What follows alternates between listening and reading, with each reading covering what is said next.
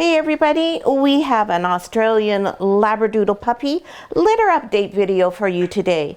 These are the puppies from our dipped in chocolate litter, and these are large mini Australian Labradoodle puppies, and these puppies are 2 weeks old. So in today's video we're going to tell you a little bit about each of these Labradoodle puppies, tell you about the milestones they've reached over the past week, tell you what the litter's up to as a whole, and also give you an update on Mama Labradoodle Tippy. Hi, I'm Claire from Van Isle Labradoodles, and these little puppies have reached a major milestone in their development. At 2 weeks old, that's generally when we see our puppies start to open their eyes. And for people, because a lot of our information comes through our eyes, that's when we feel that we're starting to establish a greater bond and relationship with the puppies.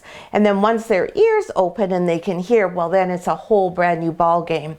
So you can imagine as a small Labradoodle puppy what it's like where your whole world has been dark and all of a sudden there's light and there's shapes and there's movement. Now when the puppies first open their eyes, they really can't see anything particular. What they see is large shapes and movement. And dogs do not see as much of a spectrum of colors as people do, but they do see colors. It's not true that they see only in black and white. But for these little guys, it's pretty blurry still, but they're starting to get a good idea of, oh, this shape represents mom, this shape represents the people. And of course, what they're starting to do now is they're starting to put those shapes and the scent together, and that gives them the memory of who that is. Now dogs, they get all of their information from their noses, whereas we get ours mostly from our eyes. We don't use our noses anywhere near as much as dogs do. And of course, with dogs, all of these senses do come into play, but their major source of information is through their nose. So they've had that working ever since they were born, and now they're starting to put that scent together with some shapes that they're seeing. So these little guys have their eyes open. We'll look at their eyes shortly when we look at them individually. And you'll notice that all of the puppies' eyes are blue right now. And that's because all dogs are born with blue eyes. They will not stay with blue eyes. So the puppies who are the dark brown will have correspondingly darker brown eyes. And the puppies who have some white on them or are the lighter chocolate in color, they'll have more of a hazel colored eye, closer to what Tippy's eye color is. And Tippy herself, she's doing really quite well. You can see she's got some spots of dirt on her here. You can see her face is looking like it's quite a mess right now. Do you have a messy face? Yeah, you do. You do. And that's because Tippy has decided that it's safe for her to leave the nest and to go outside and start exploring again. So this is an important development for a Mama Labradoodle. It's great that they feel so safe and secure. We work hard to give them a spot where they do find that security and they feel that it is okay to leave their puppies, because it's boring being in here if you're a Mama Labradoodle. You're in here all day, it's a small space, and all you're doing is lying here and feeding your babies and cleaning them. So of course you want to get to the point where you feel comfortable enough to go outside of the nest and get out, stretch your legs, and start sniffing around and seeing what's happening out in the world again. So Tippy is quite happy to do that. Here she's got some grass on her here. And so she goes out in the back with our other mama dogs and our own dogs, and she's happy now to go out for a good 30 minutes. So we let her out 2-3 times a day to have a really good run around and a really good chance to explore and sniff out back.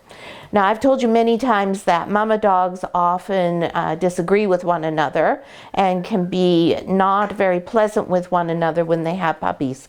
And you can see somebody's got a really interesting nursing style here. Totally upside down. Look at this. Isn't this hilarious? What a way to get your breakfast, or your lunch, I guess we're on now. Let's see if you want to turn over, baby. Let's see if that little, there we go. That's purple collar. that what we do to solve that problem is we take each of the mama dogs down individually and we bring them up individually, but outside we have 5 acres of space, so there's lots of room for them to be able to run around and have lots of space and not be worried about having to argue with one another. It's only when they're near puppies or when they feel there's a threat to their puppies that they really become or can become antagonistic to one another. So this works well. It gives the girls lots of company. It gives the girls a chance to really get out, stretch their legs, and everybody's happy. So we're really happy that Tippy's feeling like she can join that party. Now, one of the other things that we like to do is we like to be as natural as possible and have all of our Labradoodle puppies develop a really good, strong immunity through natural exposure to the environment. So some breeders never let their puppies outside until they go home with their families. Some breeders never let their mama dogs go outside. Now, we're not about to take our mama dogs and take them to the dog park or let them off the property, but that's not something that sits well with me or makes much sense.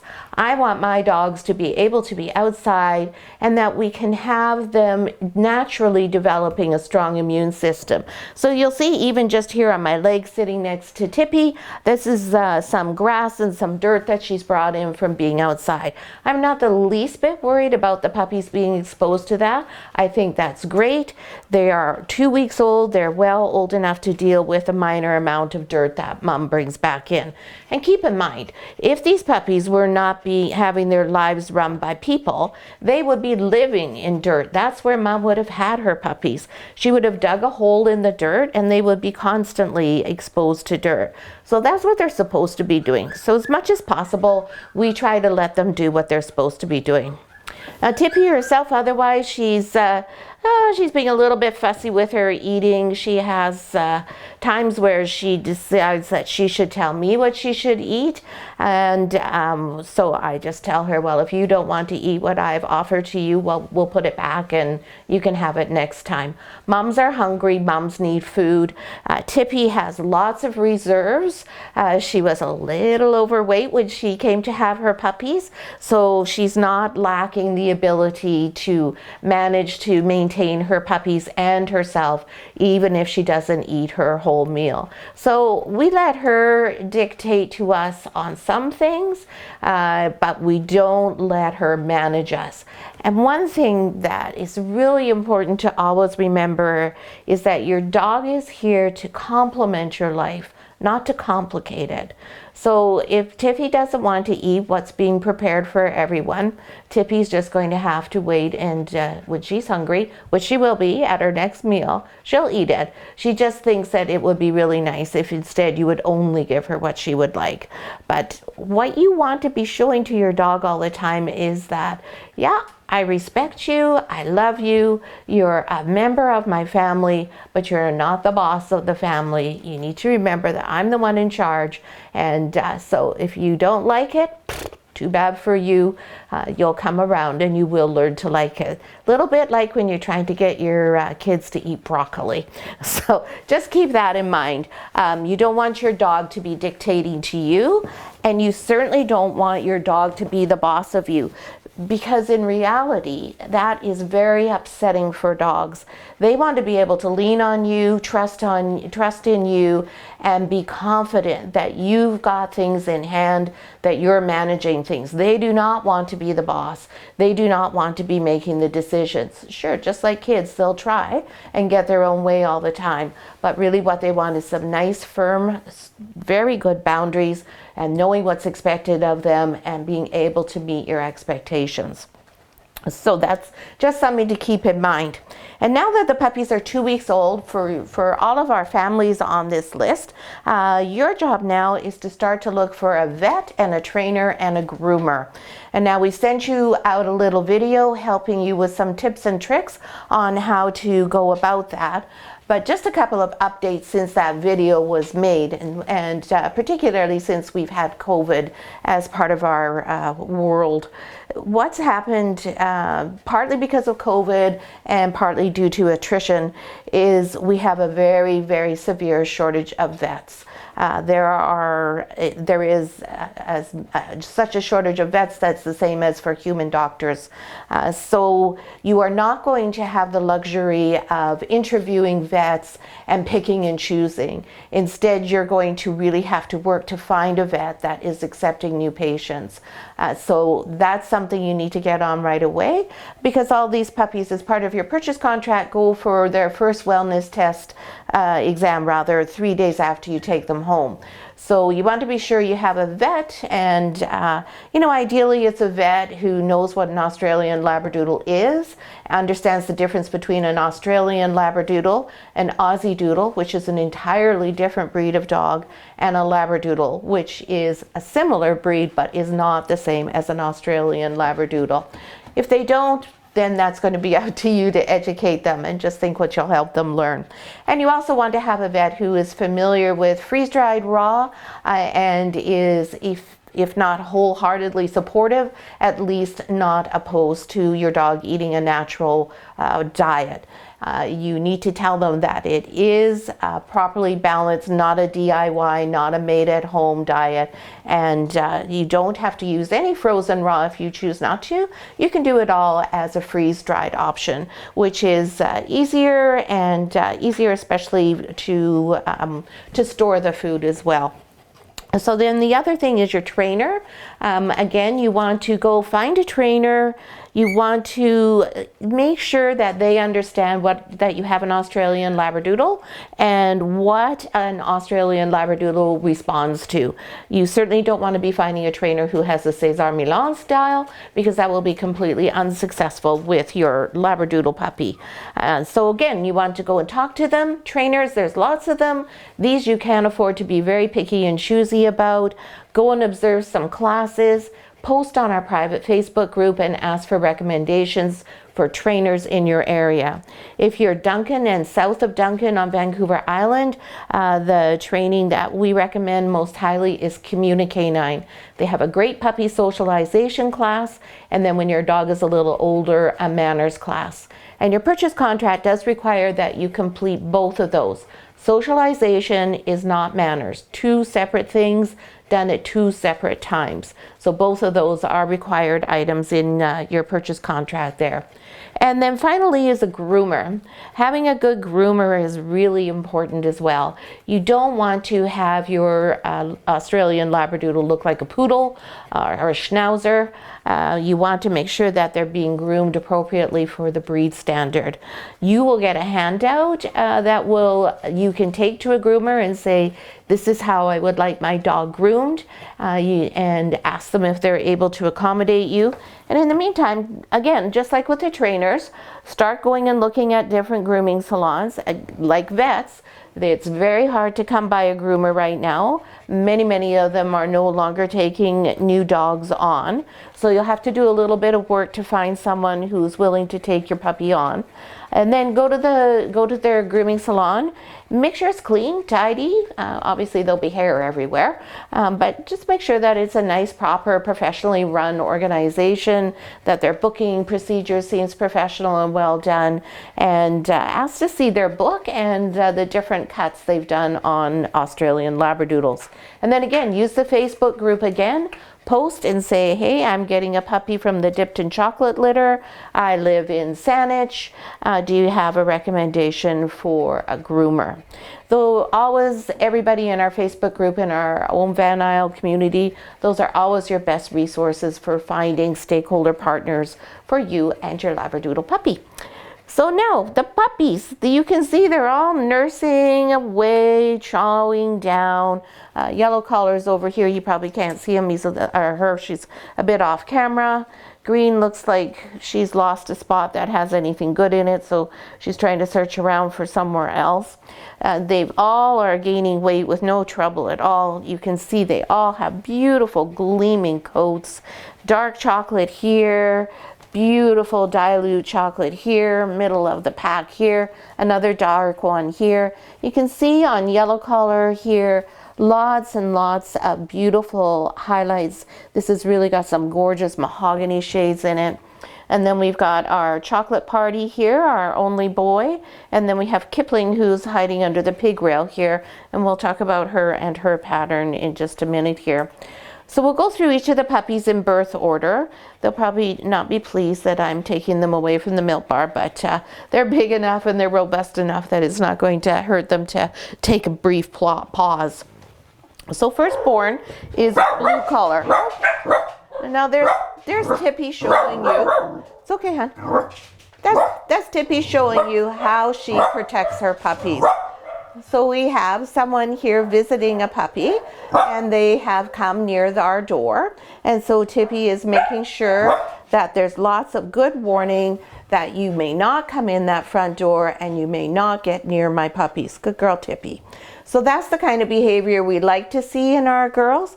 And you'll see that she stopped now, and hopefully she'll stay stopped. But that's what they would do. And were I not in here with her, she would have gone up. She would have gone right to the door. She would have placed herself between herself and her puppies to make sure that she was there protecting her babies.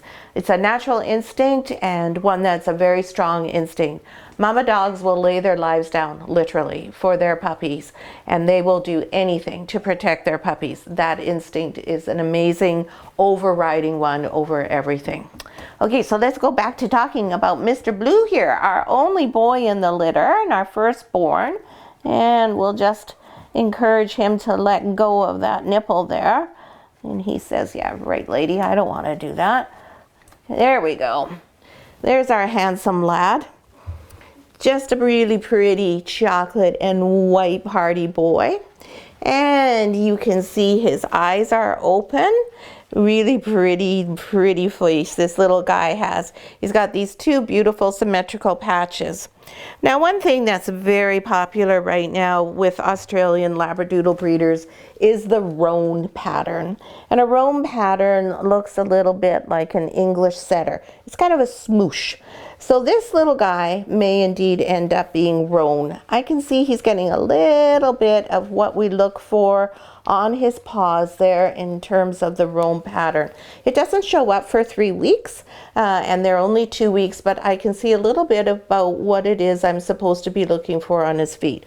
Personally, it doesn't matter to me whether he's a Rhone or not. I just find it really interesting, and Papa Dakota has produced some Rhone puppies, so it's quite possible that he will in this litter as well. So our handsome Mr. Blue Collar boy, he is now 897 grams. These puppies have really nice high weights. They're definitely large minis. We may even have a couple of small mediums in this litter because they're really just coming along so beautifully. And we'll give him right back to the spot where he was, because I always like to leave with a good impression as well as start with a good impression. There we go. So that he associates me having taken him and held him with something that's good. And we'll talk about that more next week when we start talking about socialization and desensitization. The puppies still can't hear, by the way. Their ears are still closed, as you can see here on Blue's ears. And next is Pink Collar Girl. And we will I just always have to make sure I have pink and not purple.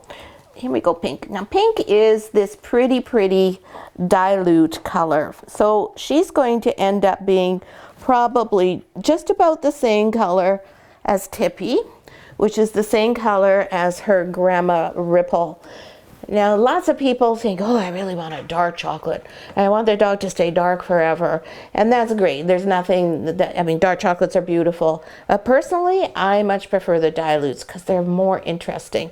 There's lots of dark chocolate dogs. There's very few dilute dogs. So the dilutes are the ones that catch my eye all the time. So this little gal, she is now 830 grams. And she is a tuxedo. And the tuxedo, that's that pattern with the white up the legs halfway, the white on the chest there, under the chin, on the face, over the head, and then back behind the head and around the neck. And she's telling me, hey, I gotta get back to my lunch there, lady. So let's go back where I belong. So I'm just gonna get Tippy to move over a little bit. You can see her little legs are going like mad there so she can get back to her spot. And I'll just position her back here and let her work out where it is that she's going to find a convenient spot. And next we have red collar. Red collar is right here. Hi, beautiful. Hi. There. And luckily she's not nursing. Now this little girl, this is a beautiful puppy again. This is the one I was saying has all these neat highlights in her coat. She's got all that beautiful mahogany shading going on. And this little girl is a phantom, and she's a tri because she's got phantom coloring, she's got the chocolate, and she's got the white. She's a beautiful, beautiful puppy. And she's, if we push her coat back and we look underneath, that's how we usually tell if the coat is going to stay darker or lighten, and also by how much their nose is filling in. So she's probably going to lighten a little bit, but she's not going to be a dilute like Tippy is.